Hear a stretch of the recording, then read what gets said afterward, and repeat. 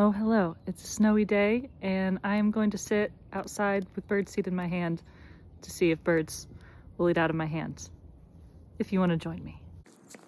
I knew this was going to be a practice of patience, so I got multiple blankets, multiple layers of clothing, got my bird seed, and sat out underneath their bird feeder that they love coming to so much. I got as comfortable as I could and held out my hands and just waited. After about 20 minutes, I heard a bird, I thought probably a woodpecker or a nuthatch, land on the trunk behind me to check things out. And then after about 30 minutes, I got my first actual flock of birds come and hop around the trunk behind me. I heard them flapping, going to the feeder, and eating their bird seed. There was a lot of waiting in between waves of birds and a lot of listening to very subtle sounds of birds just hopping around and very carefully checking things out behind me and around me. And I knew this was going to take patience, it was going to take commitment, and I knew it might not even happen. And right as I was about to go in, a little downy woodpecker landed on my chair and on my arm and started looking at the food I had and was really thinking about it. And he flew away, but progress had been made.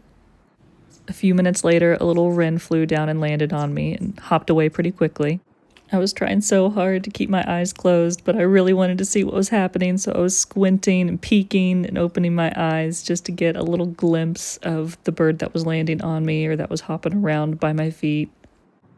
And then, after 2 hours and 12 minutes, that same downy woodpecker who checked me out earlier came back, landed on the chair, and then hopped into my lap and very, very slowly crept up towards the suet feeder and made my whole day. I had my eyes open just the teensiest amount, just enough to see him.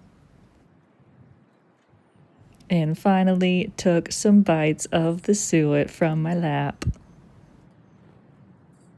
And he stayed on my lap for a good little minute until a bigger woodpecker swooped down and scared him away. I stayed out there for a few more minutes just until that flock that was around me started moving on. But I literally had multiple birds land on me. A bird ate from my lap. I am Snow White in training. I feel like this is just the beginning, and it was such a beautiful experience sitting out there in the snow with the birds, freezing my butt off, but communing with nature nonetheless.